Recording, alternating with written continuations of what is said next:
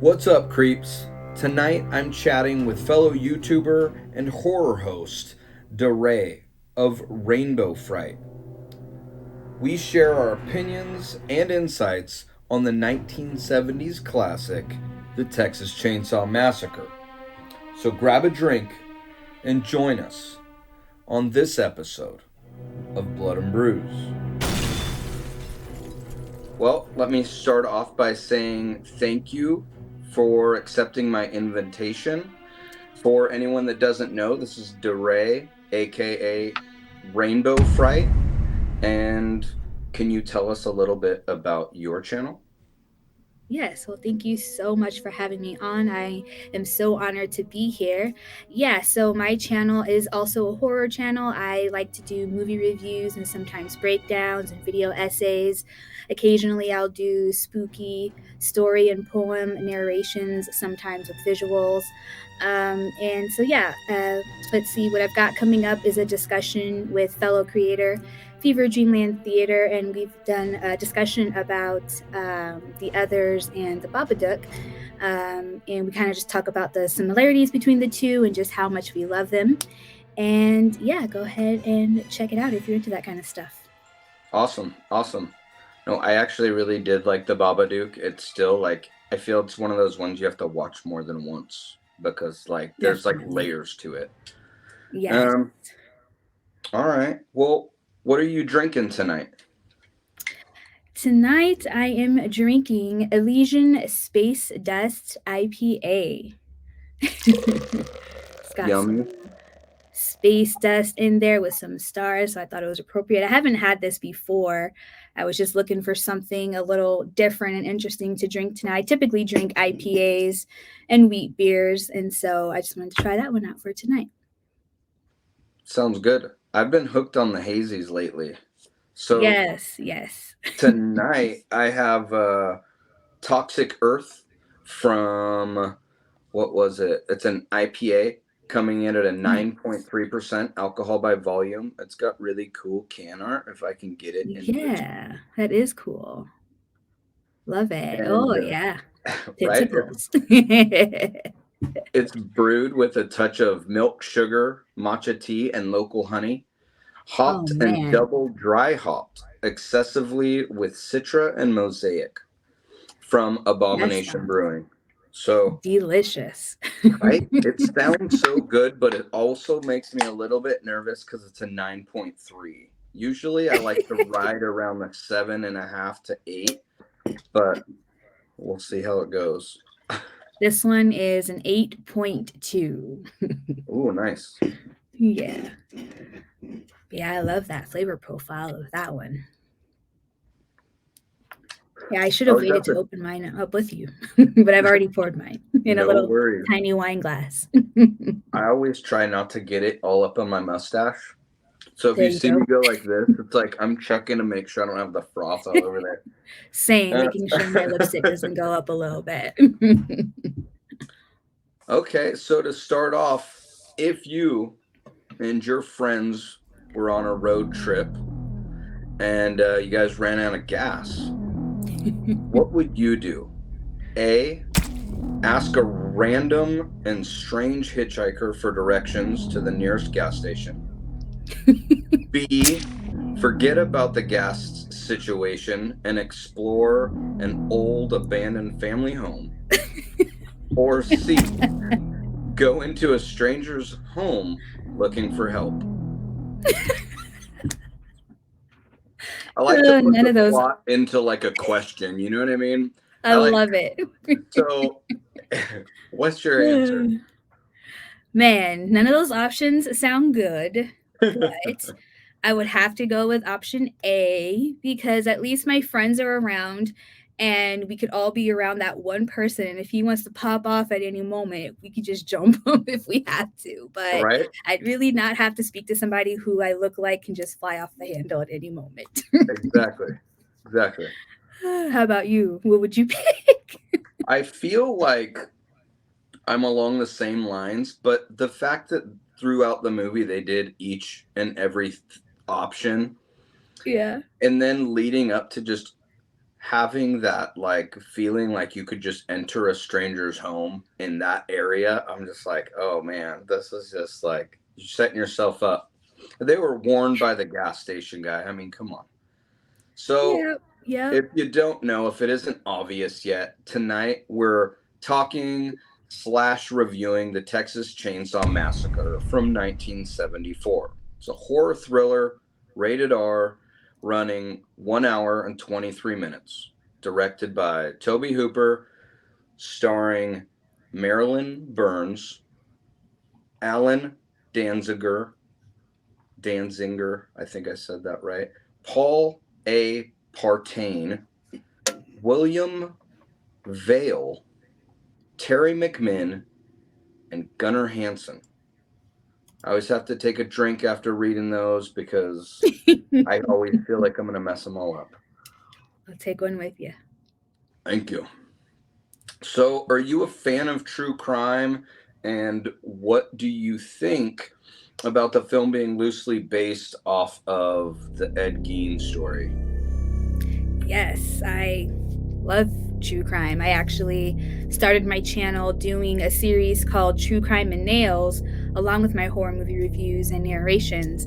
But I've kind of put that on pause for right now. So, true crime movies and documentaries, I just love them. And it's, inevitable. We've had so many different movies and stories about Ed Gein that were loosely based on him because he was just fascinating and it's terrifying. And when you want to scare somebody, when you can say based on or inspired by true events, just evokes that much fear out of people. And that was probably, one of the things that really pushed this into that category of great films. Also, the fact that it was one of the first of its kind. So, yeah, it was brilliant that way. That intro is kind of like it's eerie. It like makes you just feel like that, like Like when you're it's in like, it. and it's somewhat like the Star Wars, like where it's just the trail of the words going up. But yeah, their narrating of that, I really love that. Yes. And it takes so long. It just keeps going, that radio broadcast. You just keep hearing more and more. And it just gets more gruesome. And you see the atmosphere and, the documentary style shooting of the film just made it feel that much more real, on top of it all. So that was just a great intro, great opening, and just great premise. To add on to that, like the industrial type sounds and like screams in the score, like it was just, it made you feel that. For me personally, it made me feel like this disturbing, claustrophobic, like nauseating feeling. Like not every horror movie makes you see that. You feel like you're watching it. It doesn't make you feel like physically like off like that. Did it make you Right. feel kind of the same way, or? Yeah, because it's so real and gritty and it stays true to real life versus what a murder in Hollywood would look like. A murder in Hollywood is you see a guy get his neck snapped like that, and that's not really true to what actually could happen in real life. But in Texas Chainsaw Massacre, when Kirk is hit over the head, he actually starts having a seizure because he was hit just right. And in another film, you might just see him go down, which does happen. But to see that such real um, reaction that you don't typically see in Hollywood was just fascinating, because I didn't first see this movie until I was in high school, when I really got into film and filmmaking. And because I wasn't really a super like huge slasher movie fan, although I loved A Nightmare on Elm Street and Candyman, but those had different elements than your typical slasher does. Um, and so when I watched it in high school, I just, was more aware of the world and the atrocities that were going down and things that happened to the human body and how he did things, Leatherface, how he killed folks. It was just so real, and was straight out of real life instead of just a Hollywood slasher movie. You know what I mean? So that's why I loved it when I first saw it. Well, with that being said, you mentioned some of the other slashers in the horror genre. Where does Leatherface place in your favorite slashers list? Like, a one dope whatever? So yeah, it could be in my top 10, and then for sure top 15. In my top 10, it'd probably fall in like the 7, 8 range. But yeah, like I said, slasher films aren't my favorite, but there are so many slasher films that I do love, that I can't say I don't like slashers. It really just depends on the movie itself and the story. But yeah, I'd say it'd be in my. I mean, again, I haven't seen all the movies that are out there, so it could probably move around, but it would definitely stay in my top 20 with the more movies that I do watch. you know? Gotcha. All right. Yeah. With that being said, like I really liked Leatherface.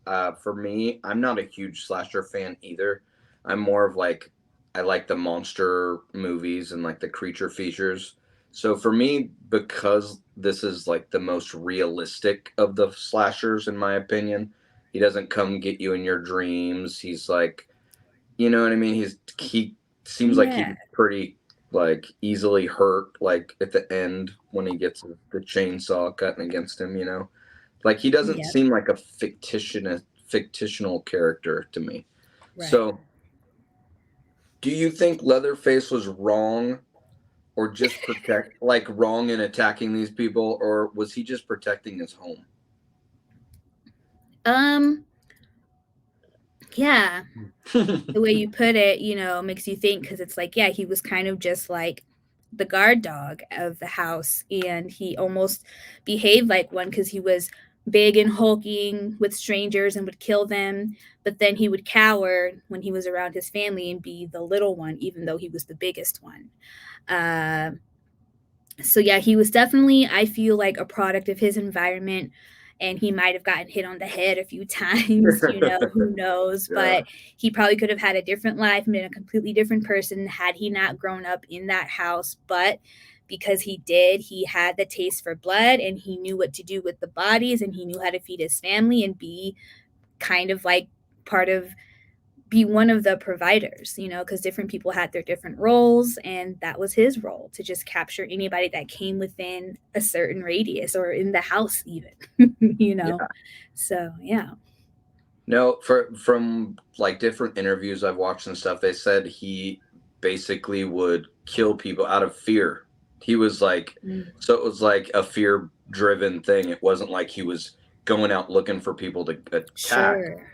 So I thought that was kind of a cool way to look at it because before hearing that, I always thought, he was just this bad guy, right? Looking for victims, but it kind of wasn't like that. You can kind of see it from a different angle. So, all Totally. right. On the gore scale, I don't know if you've ever seen this, but what would you rate this film? Let's say dry or bloodthirsty, all the way up to slaughterhouse. Yeah. So even though this movie is, considered one of the scariest, bloodiest, craziest slasher movies, it really doesn't show too much blood, which is pretty awesome. And I appreciate that about it, because you feel like you see more. You feel like you see more guts and things than you actually do. So it's not dry, obviously, but I'd say it's like it wants to be more bloody, or it made itself more bloody than it is. So it'd be like bloodthirsty, probably, right? Can I see the thing one more time? Yeah. Yeah, bloodthirsty. Definitely, you can say bloody if you want, maybe, but probably bloodthirsty. I would agree. I think it's bloodthirsty. I mean, it does make you feel like you've seen a lot more than you've actually seen just because of the way they cut away from certain things in the Yeah, sound and the way that the actual filming of it makes you feel like that grossness. Like I yeah. I noticed that too. Like rewatching it to do this with you, I was like, wow, there really isn't a lot of blood and gore in this. So Hmm. yes, I agree with you completely. Now, if we're talking about or comparing it to the 2003, that was way over the top gore. And with that being said, did you like any of the remakes or sequels to this film? Yeah, so when I first saw the remake back in the day, I liked it because I am and was a huge 90s and 2000s movie fan and horror fan especially, and I loved Jessica Biel. I used to watch Seventh Heaven, like I just had that bias at the time. And so That's but such a that's such a what? switch up though, right? Like Seventh Heaven to this, you're like, what happened? Because that's how I felt Yes. too. I was like, can I take this seriously? This is the girl from Seventh Heaven. Now she's in this. So yeah, But she was great. She was no, great. she did And a she was really good also job. good in that one movie with Nicolas Cage. I forget what it's about, but he's got FBI chasing him around. That's a really good movie. She's a great actress. But anyway, when I rewatched it, because I actually did my first ranking video a while back for the Texas Chainsaw Massacre, and I revisited it, and I was just like, dang, I don't like it as much as I did back then, but I appreciate a whole lot about it. It's actually number 4 out of 9, for TCM films, but I definitely liked it a lot more back then. As far as the rest of the sequels go, I do like Leatherface from 2017, which I know a lot of people don't really care for, but I just love that story and just the cinematography and everything about it really. And I also did like Texas Chainsaw 3D. I really loved that story and just the camera work and the photography, how they did, that effects. It was just a fun movie for me. A lot of people don't consider that, right? When they're like watching a film, they're just like wanting, but they're not looking at like the shots and the angles and the colors and the all the little details that go into making it. Yeah. I'm not even like a movie type maker or anything by any means, but those are the little things I notice too, like so I can appreciate what you're saying. Yeah, Um, yeah. on a scale of 1 to 10, how much do you like this film? On a scale of 1 to 10, it gets, for me, the film gets a 4.5, right? It's a 4.5 out of 4.5 rainbow skulls out of 5 as far as a movie goes. But I think personally, thinking about it more, it'd be like a 4. I'm sorry, you said 10. My brain No is worries. going back to a 5 scale. But so, okay, out of 10, it would be, um, yeah, what, a 9? No, 4.5. Yeah, a 9. And then I think personal score would be 8.5. 8.5. All right. And is this out of like all horror movies or movies in general to you? Um, Because usually I just go by like horror movie standards, like, because we're talking horror movies. I mean, but some people like want to talk about like the rom coms or the adventures or like all the Marvel, but like, what do you consider this? I mean, all movies, because although I am a horror channel, I like to focus on horror movies. I do watch them all, but when I'm rating and thinking about where they would fall on a scale, um, it would be how I would rate any other film. So it goes all together, all together. All So right. yeah, All right. 8.5 personal, horror scale 9. I would probably rate this an 8. A lot of that has to do with just the fact that it made me feel gross. Like it has this weird way of making you feel gross and feeling irritated by the characters in the movie, right? I feel like that's what they're going for. Like they wanted you to, Franklin. right? They wanted you to be Oh, irritated. They wanted you to feel that like tense, like feeling, and it's just like it worked, like with the yes, annoyingness of it the did. even the screaming. There's a point in time where I'm like, why are we screaming so much? Like I get it, but at the same time, Jesus, like what's happening? Yeah, yeah. What's the most memorable scene in the film for you? Ooh, okay. Most memorable. Um, I mean, they're all so memorable. But yeah, it would have to be homegirl with the backless shirt when she walks in, gets into the house and sees all the chicken feathers everywhere looking for Kirk, and Leatherface finds her and just sets her ass right on that hook. And her popping out of the freezer just cracks me up. because it's a bit of a just an annoying tidbit for me as, you know, a filmmaker. I'm like, okay, why did he hear a knock on the freezer like a door knock? But when you see her pop out, there's no way she could have been able to knock because she's just so that out of it, you know. But it Unconscious, was right? still freaky, like a Yeah. Jack in the Box type of situation. But just her whole journey once she enters into the house is very memorable.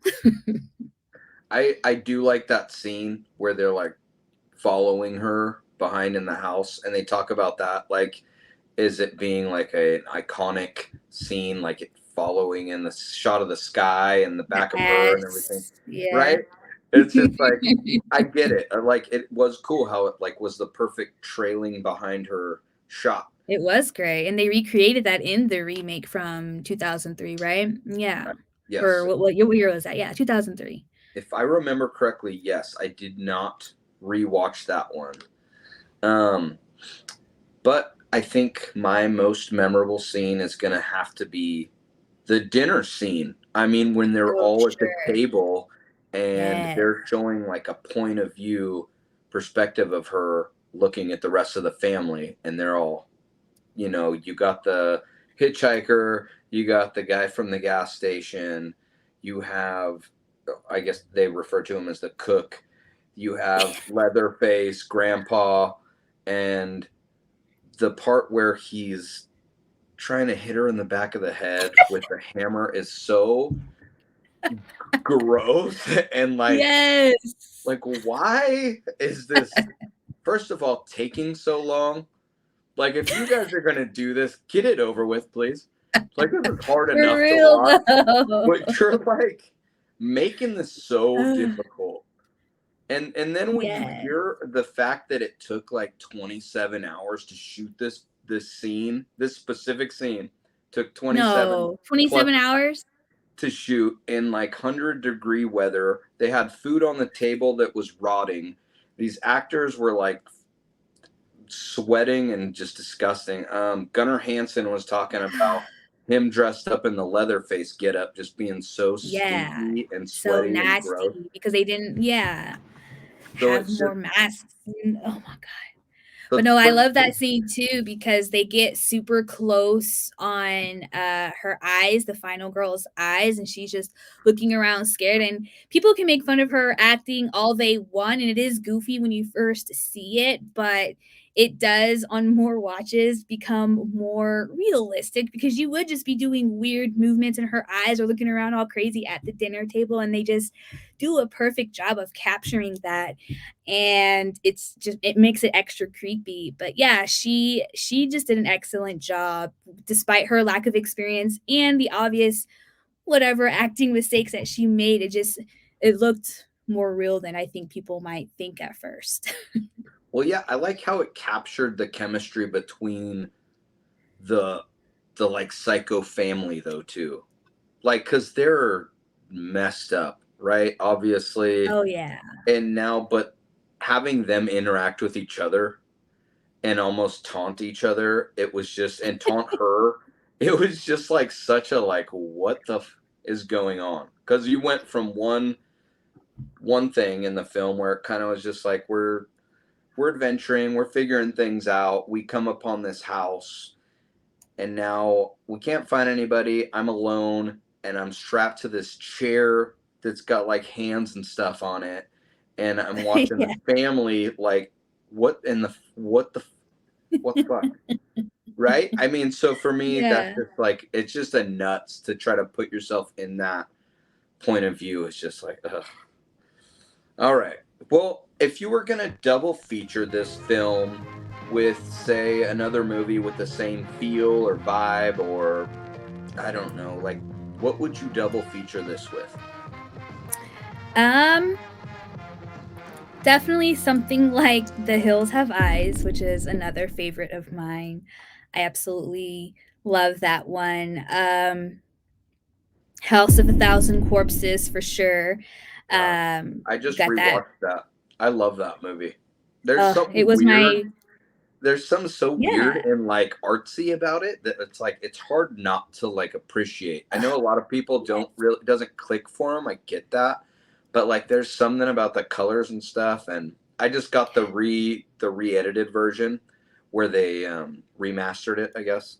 And so it looks so much clearer and crisper, and yeah, I love that movie. It was actually my first movie review on my channel.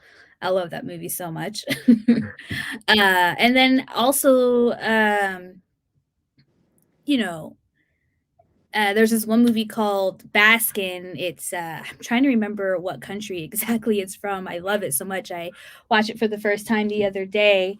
Not the other day. Like over a year ago, I actually reviewed it, and it's just so disturbing. Like it's the opposite of showing a lot of gore, but it's just that sinister and raw. It's like if you like Texas Chainsaw Massacre, but you wanted something more gritty and disgusting and um, just more, watch Baskin, Oh and no, you'll definitely. probably fall in love. I have a list from people I've talked to. It's like they all have their movies, right? And like so I have this list of movies I haven't seen. And some are classics that like I can't believe. The last person I talked to talked about Night of the Creeps. I haven't seen that movie. That's something like that's one of those movies that everybody's seen. Anyways, uh Same for me. for, That was actually a request from a sub of mine, and luckily they requested it, and I saw it for the first time about a year ago too. And Baskin was actually a subscriber request that I was glad that somebody referred to me to. But that one's actually not too old. Baskin's fairly new, but yeah, Night of the Creeps is great. well, they're both on the list now. So There you for go. me, I would probably double feature this with, even though it's like a whole different time frame, The Devil's Rejects, just because it's like, to me Yes. it pulled so Yes. much from this, right? But it's like more fresh and new, and just so yeah, that would be it for me. The sequel to House of a Thousand Corpses. Yeah, that was my second review on my channel. Right? So Okay. yeah. So did you know that this film was kind of like, it's been compared to the fairy tale Hansel and Gretel a lot? So the fact that they're like being led into this place, right? And it's more of like a trap. Now, what do you think about that? Or do you, I mean, I'm not so sure just because, you know, Franklin and Sally were there to check on their grandfather's grave, right? And they lived in that house before. And sure, they wandered over to, the cannibals' home for no good reason, yeah. basically. But I don't think a trail was left behind. I think, that was a house that was in the middle of nowhere, and it was easy to stop by there because there's nothing else in sight. Well, The closest thing is a gas station where a person will tell you to get the hell out, even though he's an accomplice to right? this whole thing. That's what I thought too. But I heard Yeah. that the part that's kind of why the hitchhiker dug up the graves was so that the relatives of like nearby family members Ah, would okay. come by to check on them, and then, Sure. but But it's they still were they were cannibals because they were doing it out of necessity, not because they wanted to lure people, right? right, and They that's did what it because they were just disgusting well, motherfuckers who were feasting on flesh. I agree with that. I completely agree with Yeah. that. And that intro scene with the hitchhiker was still like, I don't know, like, where he cuts his hand open, and he's just like, Yeah. I don't know. Yeah. I don't pick up hitchhikers, so for me Same. that would have been not even a thing that happens. Nope. But I run out of gas, I guess I just run out of gas and wait for somebody else to drive by, and hopefully it's some kind of public servant driving by, I don't know. well, wrapping things up, I have one more question for you. Like, what what film coming out in theaters in the future are you looking forward to most? Because I know a big one just came out. Everybody's talking about The Evil Dead, right? And Yeah, yeah. what's a Which was new good. one, right? I actually really enjoyed that film. Yeah, I me too. there's some people hating on it, but I thought it was a fun thrill ride. Um, but yeah, what's coming out next that you're looking forward to in the theaters? Definitely looking forward to the next Saw movie. I am a bad Saw fan. I've not seen Spiral just yet, but I've loved the whole franchise thus far, and so I'm super excited to see where they go with it. But I will be seeing Spiral very, very soon. And I'm also looking forward to this movie called Talk to Me. I've actually seen the trailer for it in the theater a couple of times, and it actually looks pretty good. Pretty interested in that one. Should be good. That looks creepy. I have seen the trailer for that too. Um, for me, it's gonna be the Boogeyman with Das Malashane in it. And then there's also the Last Voyage of the Demeter, where they talk about that one chapter in the Dracula book where he's on the ship. Okay. And Dang, I haven't heard of either one of these yet. yeah, I that might look have heard about the Boogeyman. It's just going over my head, but not the second one. Okay. yeah, that movie looks, I don't know. I'm a big like Dracula, Wolfman, like even Frankenstein, right? Like so I'm excited for those. Awesome. That sounds fun. Hell yeah. Well, thank you so much for doing this. I really appreciate you taking the time to come and hang out, talk about this movie. Um, yeah. You can check Thank out you. DeRay, aka Rainbow Fright, on her channel. I'll link it below. Thank you for watching. I And we'll appreciate you so much. no Sorry for worries. cutting you off. No worries. It's always hard on this thing. Like I just don't know when to. All right. We'll see you guys next time. Thanks for watching. Peace.